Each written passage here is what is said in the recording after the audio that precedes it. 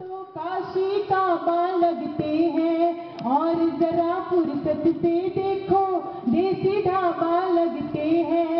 इनके ऐसे हाव भाव में जब मैं चिंतन करती हूँ, जिस तरह से मुझे छेड़ रहे थे तब कहना चाहती हूँ कि भैया छेड़ कौन में आया देख लो आप। जी ये देख ही रहे हैं, समझ भी रहे हैं।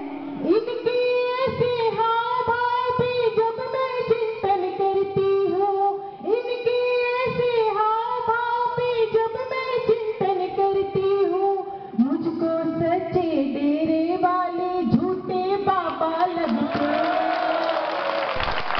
मुझको सच्चे डेरे वाले झूठे बाबा लगते हैं। एक बार इस मंच के डेरा प्रमुख के लिए जोरदार तालियां होंगी। मैंने बाबा लगते हैं। वाह भाई वाह, क्या बात है। बात क्या तुमने गौरी आज बनाई है, बात क्या तुमने गौरी आज बनाई है। और पूरी महफिल में देखो क्या बाहर आई है। बात क्या तुमने गौरी आज बनाई है, पूरी महफिल में देखो बाहर आई है। और ऐसा लगता है मेरे दोस्तों बाबा से मिलने हाथ में त्रिशूल लेकर राधे माँ आई है। देखो लग रहा है तुमको राधे माँ आई है। देखिए मैं सीधे सीधे कविता पढ़ना चाह रही थी, चार पंक्तियों में इनको देखो मंच का संचालन मैं कर रहा हूँ, तो मेरे संग रहना।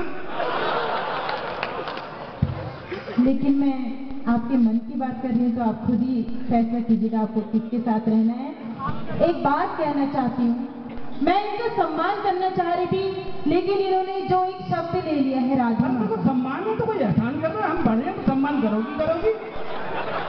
चार पंक्तियों में इनके सम्मान में और अब कह दो अगर इन्होंने मेरा मुंह खुलवाई दिया है। बात इन्होंने राधा माँ की है, आप लोग भी सुनिएगा। एक बहुत प्रसिद्ध गीत आजकल चल रहा है, उम्मीद करती हूँ आपने हर डीजे पे सुना होगा। डीजे वाले बाबू आपने भी सुना होगा, आप तो खैर सुनते ही रहते होंगे इस गीत को। उस गीत के मैंने कुछ शब्द लिख के इनका सम्मान करने की कोशिश की है। बात अगर आपके दिल तक पहुंच जाए तो आप सबकी तालियों की ताल उस गीत पर मिलनी चाहिए। अगर मैंने सच्ची बात कह दी तो सुनाती हूँ। मैंने तो इस धरती को प्रणाम कर दिया। इसको पैरोडी कहते हैं। एक फिल्मी गीत की धुन पे अगर हम अपने शब्द डाल के किसी को बड़े अच्छे तरीके से सम्मानित करें तो इसको पैरोडी कहते हैं। सुनिएगा। मैंने तो इस धरती को प्रणाम कर दिया, पर तुमने अपने नाम को बदनाम कर लिया। एक राधे माँ के चक्कर में क्या काम कर लिया, सुबह सवेरे खुद को आशाराम कर लिया। एक राधे माँ की।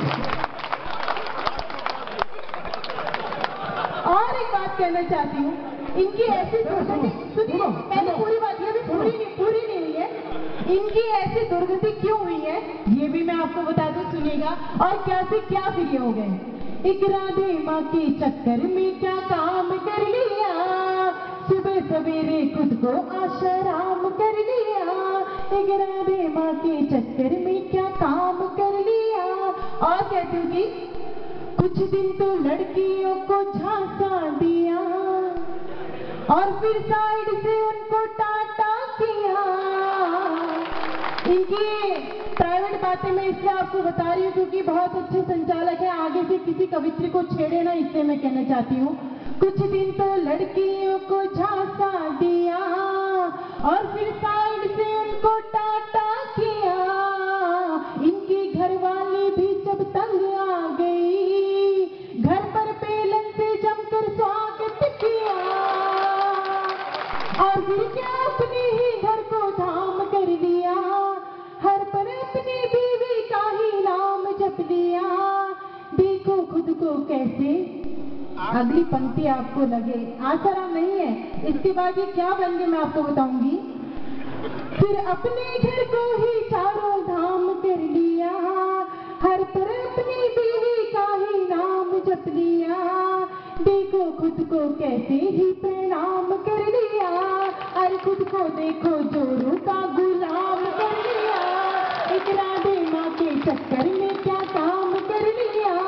कथा समाप्त हो गई, आप सब ताली बजा सकते हैं। ताली बजा। और देखो इनके ढांचे में मत आना, इनकी बातों के, इनकी ढांचे में मत आना इनकी बातों के। ये कहीं कुछ ऐसा नहीं होता।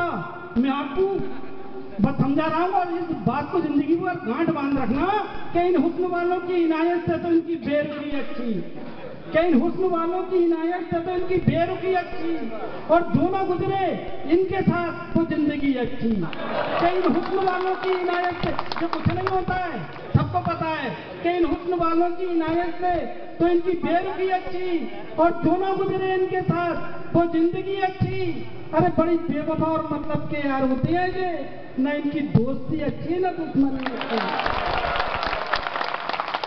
देखिए बात दरअसल ये है, मैं ज्यादा इस लड़ाई को आगे नहीं बढ़ाना चाहती हूँ। अगर आप लोग गौर से देखें तो मैंने इनको हालांकि निपटा ही दिया है पूरी तरह से, और अब मैं ज्यादा कुछ ना कह के इन्हें भैया कह के प्रणाम कहना चाहती हूँ कि ये किसी गलत फहमी में ना रहें, सीधे सीधे आप लोगों तक पहुँचना चाहती हूँ। ना भैया कह दिया ना जी, इनको तकलीफ हो गई। ना मुझे तकलीफ थोड़ी हुई है, ये सामने जो बैठी है ना, ये सब जानते हैं कि ये फेसबुक से धोकर ये फेस पैक से धोकर ये फेसबुक यूज करती है, ये फेस पैक से धोकर ये फेसबुक यूज करती है।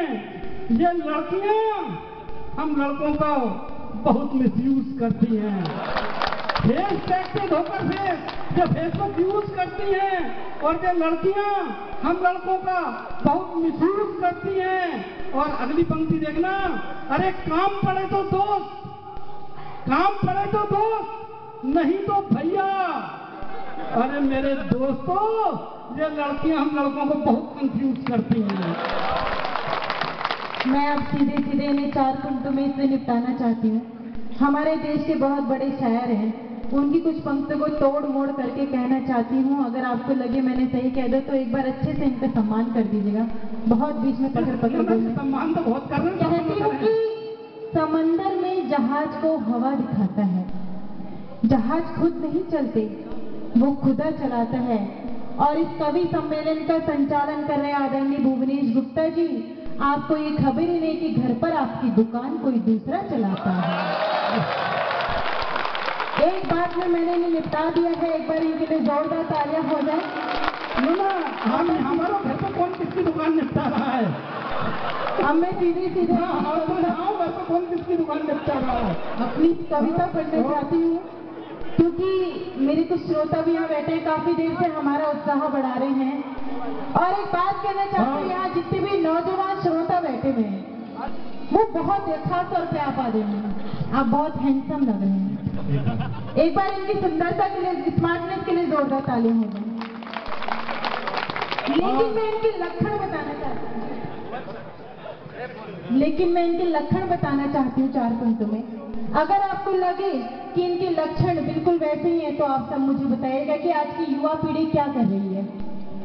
इन्हें बस जनवरी दी तो दिसंबर मांग लेते हैं। हालांकि मेरी ये पंक्तियां इतनी वायरल हुई है कि कुछ लोग बिना मेरा नाम लिए इसे तोड़ मोड़ जोड़ करके पढ़ देते हैं, इसलिए पढ़ना चाहते हैं, सुनिएगा।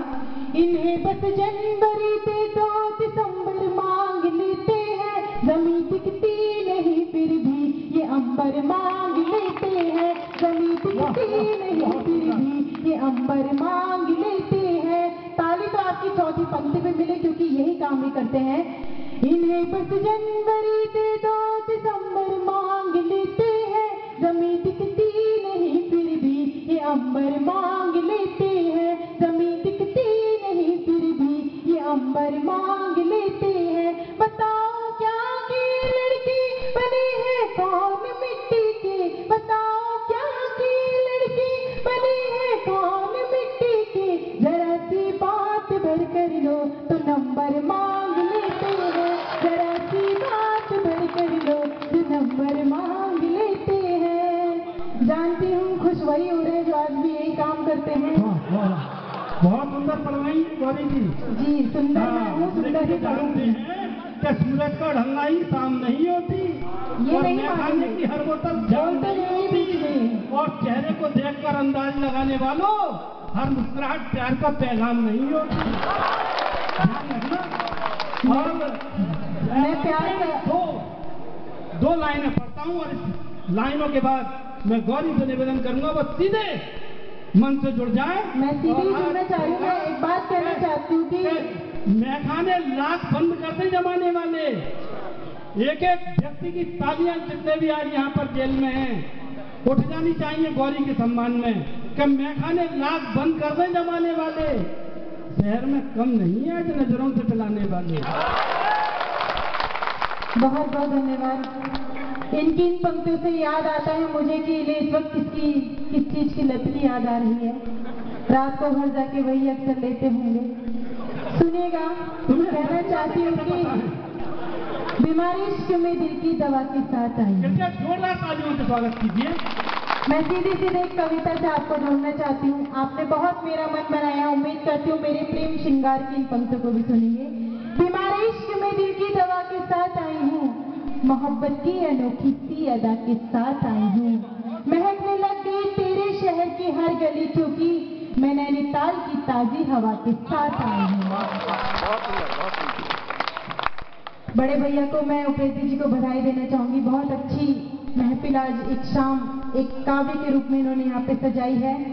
मनोज आर्य जी को मैं इसलिए नमन और प्रणाम करना चाहती हूँ क्योंकि आज मैं काव्य जगत के मंच पे अगर हूँ तो मुझे यहाँ तक पहुँचाने वाले उस इंसान का नाम भी डॉक्टर मनोज आर्य ही था। इस बात से जोरदार ताली मुझे।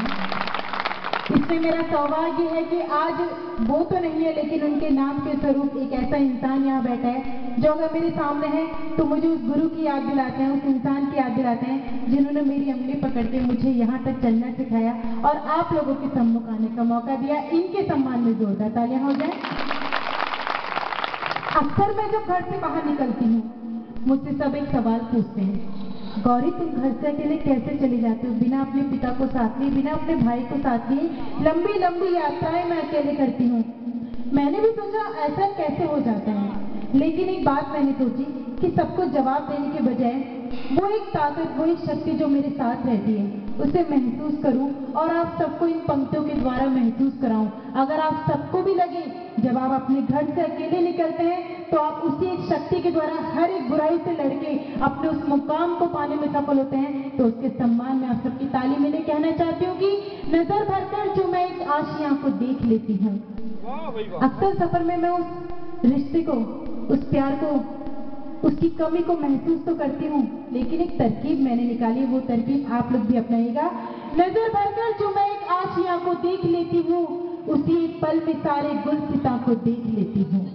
नजर भरकर जो मैं एक आशियां को देख लेती हूँ उसी एक पल में सारे गुलसिता को देख लेती हूँ।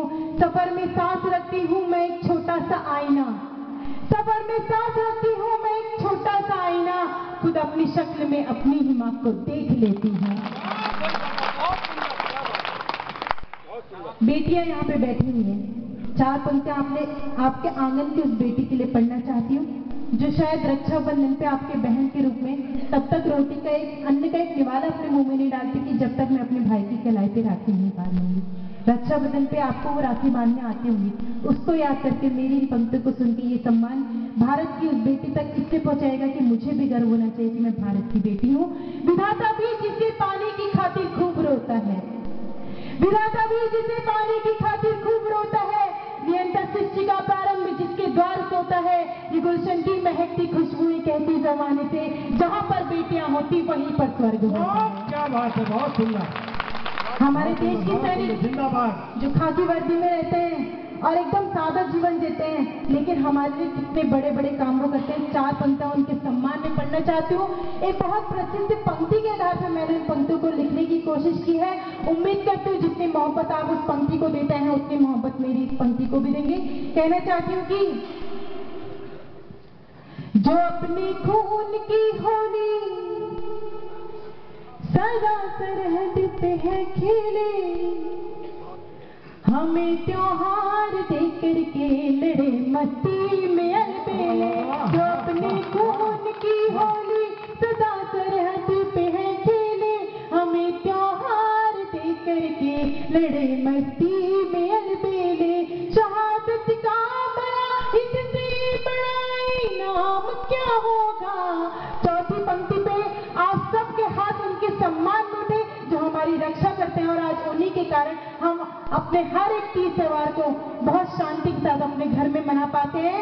शहादत का भला इससे बड़ा इनाम क्या होगा, शहादत का भला इससे बड़ा इनाम क्या होगा, शहीदों की चिताओं पर लगेंगे हर बरस मेले, शहीदों की चिताओं पर लगेंगे हर बरस मेले। और कुछ लोग कहते हैं कि सैनिक तो होते ही मरने के लिए भर्ती होते हैं। मैं उनको एक जवाब देना चाहती हूँ, अगर सैनिक केवल मरने के लिए ही भर्ती होते हैं सेना में, तो एक सवाल पूछना चाहती हूँ, अगर आपको लगे कि भारत देश के हर एक युवा के मन में वही एक सवाल है और उसका जवाब मैंने दे दिया हो, तो आप सबकी तालियां मुझे मिले। कहना चाहती हूँ कि न वो शामिल दिवाली में, वो ईद में नहीं होता। कौमी एकता की आज हम मिसाल मेरे सामने बैठे, हिंदू मुस्लिम सिख ईसाई मेरे सब भाई यहाँ बैठे हैं। इस प्रेम को याद रखते हुए बात कहना चाहती हूँ कि न वो शामिल दिवाली में, वो ईदों में नहीं होता। भगत आजाद बिस्मिल्लाह हमीदों में नहीं होता, भगत आजाद बिस्मिल्लाह हमीदों में नहीं होता। जब होता है वो मजदूरों किसानों का ही होता है, जब होता है वो मजदूरों किसानों का ही होता है। किसी नेता का बेटा क्यों शहीदों में नहीं होता, किसी नेता का बेटा क्यों शहीदों में नहीं होता। बहुत बहुत धन्यवाद। 4 पंक्तियां आपकी तालियों के सम्मान में पढ़ना चाहती हूँ। नारी शक्ति अभी भी खामोश बैठी हुई है। जब तक मैं यहाँ हूँ आप लोग किसी से भी डरिएगा नहीं। मेरे जाने के बाद आप सबसे डर सकते हैं, लेकिन मैं चाहती हूँ आप अपनी मोहब्बत दिल खोल के मेरी इन पंक्तियों तक पहुँचाइए। और इस मोहब्बत के सहारे आपकी तालियों के सम्मान में एक बात कहना चाहती हूँ।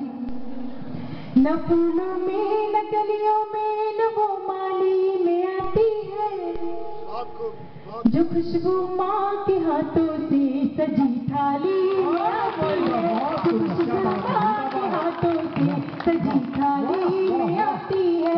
वो एक आवाज जो आती किसी मंदिर की घंटी से, वो एक आवाज जो आती किसी मंदिर की घंटी से, वही आवाज हमको आपकी ताली में आती है, वही आवाज हमको आपकी ताली में आती है।